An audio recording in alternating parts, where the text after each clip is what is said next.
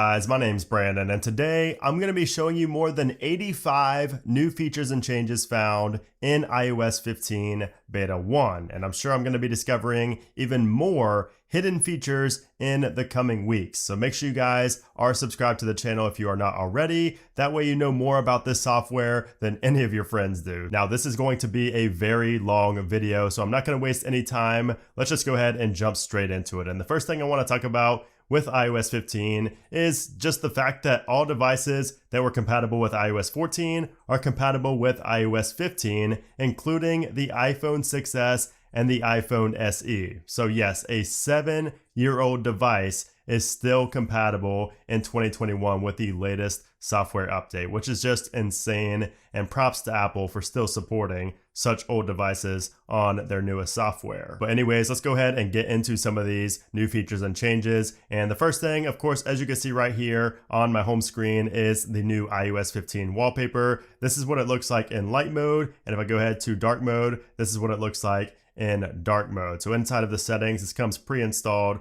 with iOS 15. If you go to wallpaper, choose new wallpaper, stills, it's the one right there up in the top left. So only one new wallpaper for now, at least in the first beta. Also on the home screen, we have a couple of app icon changes. So the camera application has a slight tweak to it. So we don't have the shutter button there. On the left is iOS 14, on the right is iOS 15. You will see the minor change in the app icon for the camera. And if we go over, same with the weather icon right here. So the sun is just flipped in the weather icon. We also have a few new widgets in iOS 15. So you'll see we have App Store, we have Contacts, we have Find My, we have Game Center, Mail, and also Sleep. So all of those are new here in iOS 15. I know Mail is going to be one that a lot of people are going to love. And also Game Center has this big jumbo size down here at the end. So pretty cool if you are into Game Center. Now also when it comes to the Files widget, we have a nice change here in iOS 15. So take a look at iOS 14 on the left, iOS 15 on the right. You can see the Files just widget overall looks better. It's more transparent, but the best part about it is that you're now able to select a specific location for this widget. So if you go to edit widget, you can actually choose a location now that this widget shows on your home screen. Whereas before it just showed, kind of everything in the Files app, and you had no option to select a specific folder, and it would just open it like that. So it was really kind of useless before, but now there's a lot more, usefulness out of this widget in iOS 15, which I love, especially if you're on the iPad. This is going to be a nice change to the Files widget. Also, when you set a smart stack and you go into edit it, you can see that the edit screen is completely different here in iOS 15. We also have the smart rotate. It used to be a little toggle like that, but now it looks like this down at the bottom. We also have widget suggestions down here, and you can see you can go through like this and reorganize or remove them. So just a much better UI interface here for changing up the smart stack compared to iOS 14. If we go into the control center, you will see that we have a new section here called Focus, and this is what I like to call Do Not Disturb on steroids. So basically we have 4 presets right here, or you can create your own focus. So we have Do Not Disturb, Personal, Sleep, and Work. And if I go ahead and tap on, let's just say work right here, and I want to go ahead and edit this. So I tap on these 3 and then go to settings, it will take me into the settings pane right here, which you can actually get to as well by going to settings and focus, and then to whichever one you want to set. Or if you wanted to make a new custom focus, you can do that right there. But these are all, pretty generic, and you will probably use some of these. So if I go into work right here, you can see that you can allow notifications from certain people and certain applications, and only those people or those applications. And you also have time sensitive notifications. You have the share focus status. So basically this shows inside of messages when you are working or when you are in a focus, it will show this in messages to everybody who tries to text you. They will actually see this. It doesn't send them a notification, but it will show in settings until you turn your focus off, which is actually pretty neat. And then we also have home screen customization. So you can have custom pages when you are trying to focus on work. So if you wanted to have a page with no social media that would help you focus, you could do that right there. Also, let me go ahead and disable this real quick. We have options right here where you can dim the lock screen, where you have delayed delivery for notifications. So the notifications will not get sent through until you're done, with your focus or with your work.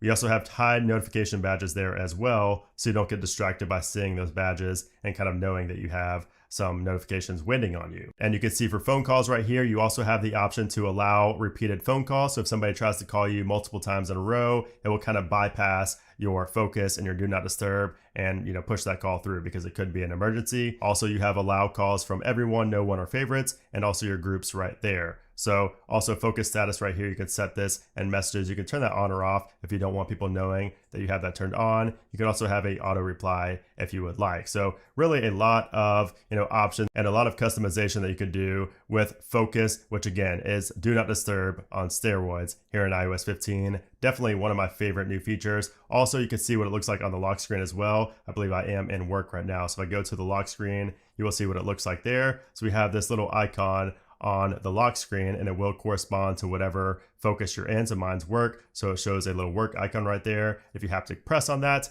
it pulls this up right here. You can tap on these three dots and you can turn it on for an hour or until tomorrow morning.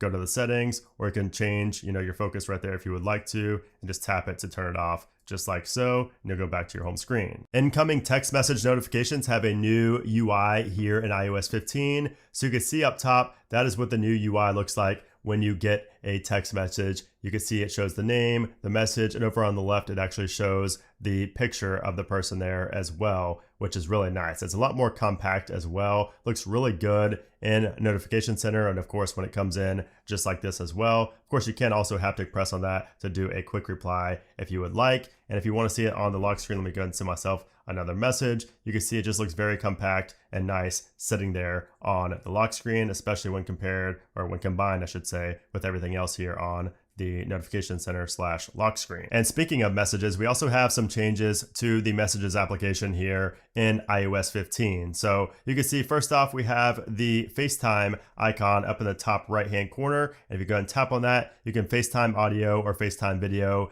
very quickly straight from Messages. Also, to get to the contact, before on iOS 14, you would have to tap on the profile image there and then tap on info. But now in iOS 15, you can just simply tap on that contact photo and it takes you right to the information about that contact. Also, when you get sent multiple messages, instead of it taking up the entire screen and just sending 5, back to back to back images, now it shows it in this carousel view where you can actually go ahead and swipe through the different photos just like so. And you can also save them all by simply tapping on the little save button to the right and save to photo library. And up top, you can see it shows a grid showing exactly how many photos are there as well, which is really nice. Really small thing, but really, something that will make a difference in Messages. Also, if somebody shares Download a free audiobook with your 30-day trial. a link with you, you can tap and hold on that and then tap on pin, and it will pin that link, which means it will show up in the shared for you sections throughout iOS 15. Also, I just noticed when you try to send a photo inside of Messages, you now get the search bar here when you do that, whereas before it didn't show a search bar in iOS 14. Also, when you swipe up, you can see more images at once than you could in iOS 14. And then inside of the settings for Messages, you can see we have a new section up top that says allow messages to access, and it has focus, Siri and search, and notifications. Then we also have the shared with you section right here that shows automatic sharing and what applications that will show up in. And that is what I was showing you earlier with the link that I pinned inside of Messages. And taking a look at these settings in iOS 15, you will see that the settings are not full screen anymore. So in iOS 14, these sections would all span across the entire screen. So like all of these little sections right here would be the full screen. But now in iOS 15, you can see there's some padding on the edges so it doesn't go across the whole screen.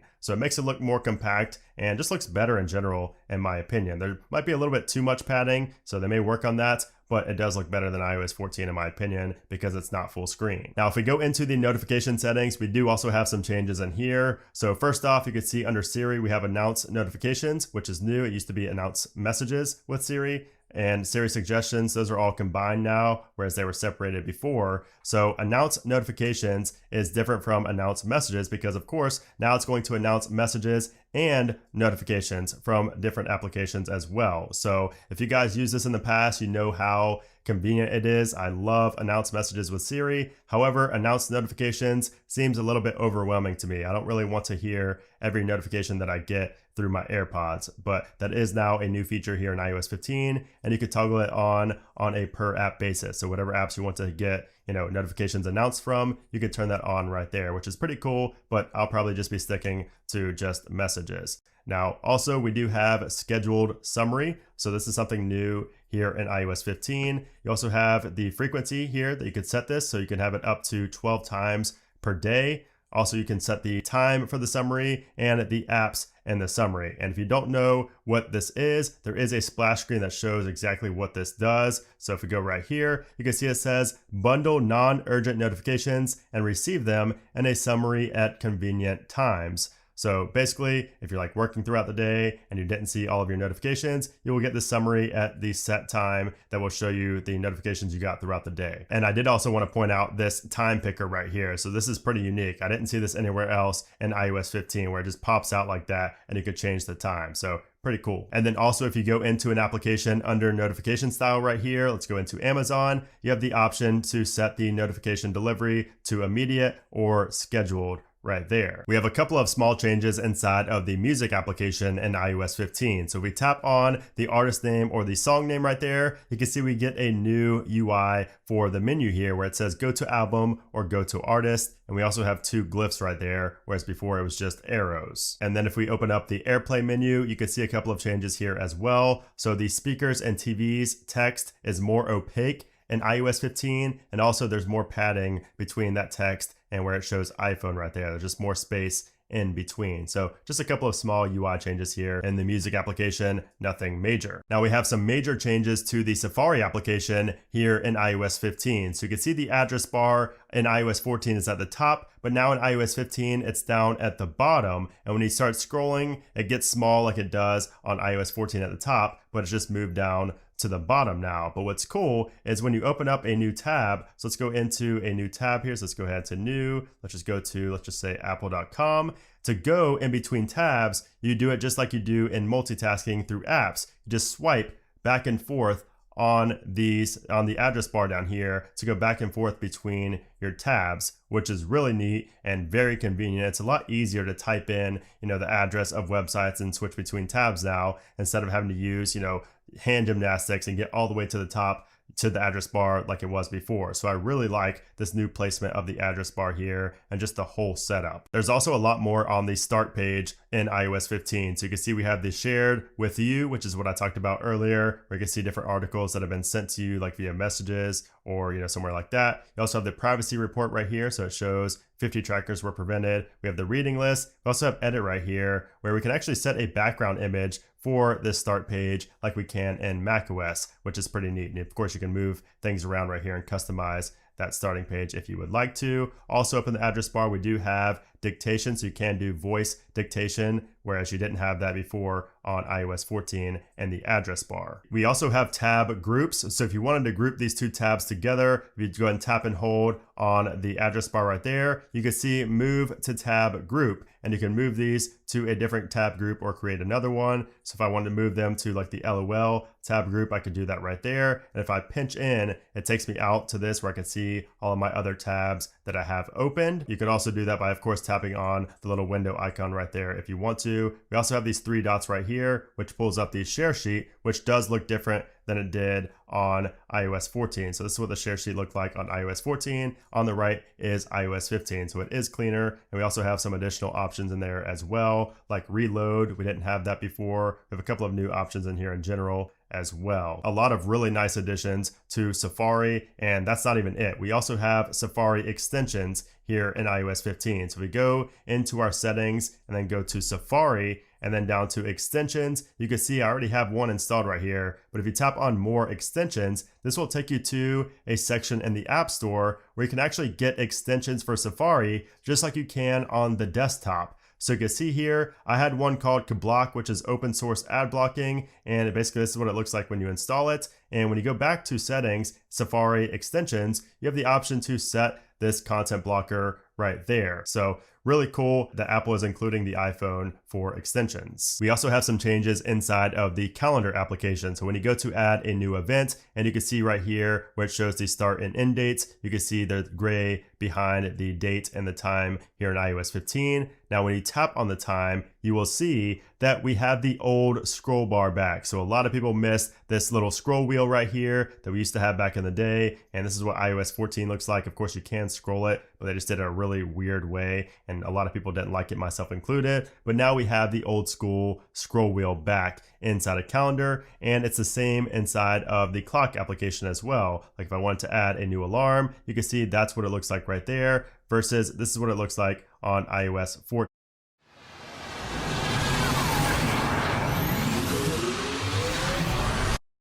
So the old style scroll wheel is back officially here in iOS 15, and I love it. Now, FaceTime is one of the biggest changes in iOS 15 overall. So first off, right when you open up the FaceTime application, you can see the entire UI has changed. Everything looks different right once you open up FaceTime. Even the colors, it used to be blue and black, now it's green and black. So you can see here, obviously we have a big difference in the UI, but we also have a lot of actual features and changes here in FaceTime as well. And the first one is create link. And when you tap on this, it actually creates a link for the FaceTime call, and it actually works on any device, including Android and Windows computers. So now FaceTime is going to be able to work with any device. So obviously if you're not on an iPhone or a Mac, you're just going to be able to open up the FaceTime call in your web browser. But still, that is a game changer for Apple and for FaceTime. You can also change the name of the FaceTime before you send it to anybody if you would like to right there. So if I just name it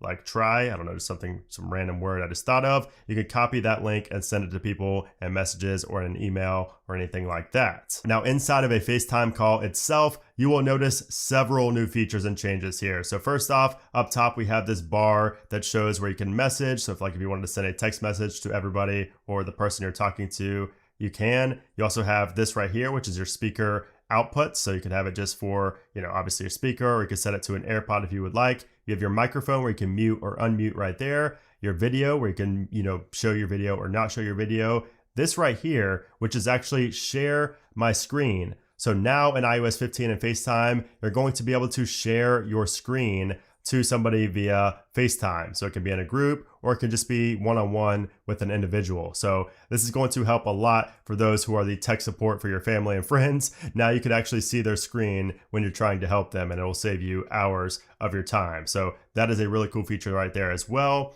Also, when we go ahead and tap on ourselves right here, we have this option right here, which is actually for portrait mode. So you will see how there's no blur right now. If we tap on portrait mode, you will see how there is some slight blur. It's kind of hard to tell on a camera, but on the face, the blur, the portrait mode works really well. And it really looks like you're using a professional camera when you have portrait mode set up here in FaceTime.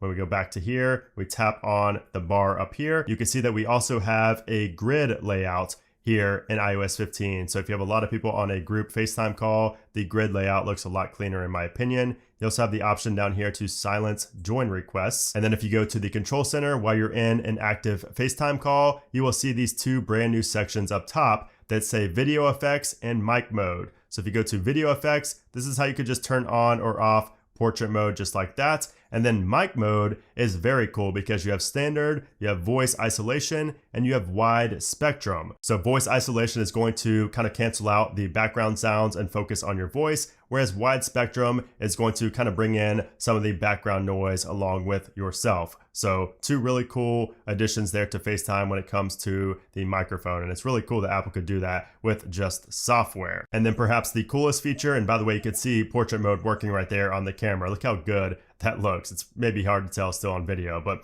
anyways, the coolest feature about FaceTime aside from the screen sharing is SharePlay. So this is a new feature that's going to allow you to listen to music and watch movies or TV shows with multiple people at the same time. It's going to be synced at the same time for everybody on the group FaceTime call, and also like a queue for like a music album. The queue will be shared, so anybody can, skip the song, change the order of the queue, delete a song out of the queue. It's all going to be shared, and it's all going to be synced up, at the same time for everybody, which is really, really neat and definitely something that I want to experience with a group FaceTime call pretty soon. We also have some changes inside of the Photos application, starting off with the albums glyph down in the menu bar at the bottom. So you can see in iOS 15, it's a little bit more rounded off. The little albums right there are more rounded off, whereas in iOS 14 it was very squared off right there. Now going to an actual photo, you can see we have some changes here as well. So starting off at the bottom, you can see we have this little eye down here at the bottom, and when you tap on that,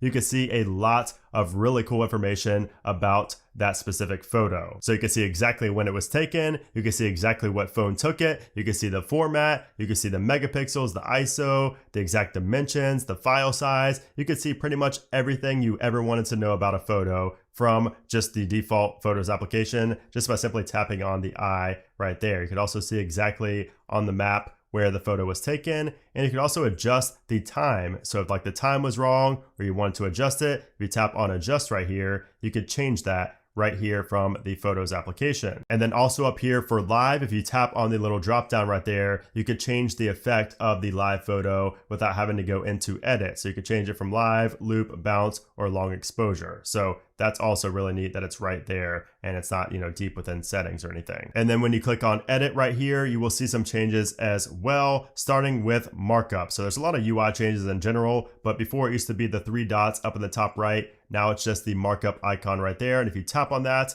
you can see markup turns off live photo, that's fine. And you can see you can mark up right away. Whereas before in iOS 14, you'd have to tap on the 3 dots and then go to markup and then tap on OK, and then you were able to mark up. So it was a long, tedious process, not really long, but it was just pretty annoying to have to do an extra step to get to, be able to mark up the photo. But now it's easier to do so with iOS 15. Also, when you tap on the plus right here, you will see that you have a new option for description, and you can add a description for this photo. And also some minor UI changes down here with the glyphs. You can see that the effects glyph is a little bit different right there, and same with the crop. The crop is a little bit smaller than it was in iOS 14. Now, if we go into the For You tab right here, which by the way, For You, the little glyph icon is a little bit smaller as well than it was in iOS 14. But if we go to one of these memories right here, you can see, first of all, it takes up more of the screen right here, and we have the little heart and the 3 dots right there at the top, where we didn't have that in iOS 14. But if we tap on this is where we get some nice changes as well. So it starts off right away, and you can see a whole new UI change here in iOS 15. And down here in the bottom left, you can actually change the songs and change the mood and go through these different, it says memory mixes right there. Whereas in iOS 14, this was the UI. You just kind of, got to go through like this, and it was just not near as modern looking as it is now in iOS 15. So a nice change here to the memory mixes. And I actually played around with this, and I really like what Apple is doing with this. We also have some new features inside of the Notes application. So we now have tags. So if you tag a note, I'll just tag it with the tag hashtag right there. If I tap on done, if I go back to my folders right here, you will see down at the bottom, we have a section for tags. And if you tap on the tag, you will see that it shows all of the notes that you included that tag in. So this is just another way of kind of organizing your tags. And you can also mention people if you are sharing the note. So like if you're sharing the note with multiple people, you can @ them, and it will actually notify them that you mentioned them in one of the notes. And you can do the same thing inside of reminders. So you can set a hashtag for just say tag right there. So you can see it's tagged, it turns blue. If I tap on done and I go back to lists, you can see at the bottom, we now have tags, and I can go ahead and tap on whatever tag I want or see all tags, just like we could inside of notes. The Spotlight search has been supercharged. Download a free audiobook with your 30-day trial. So sitting comfortably.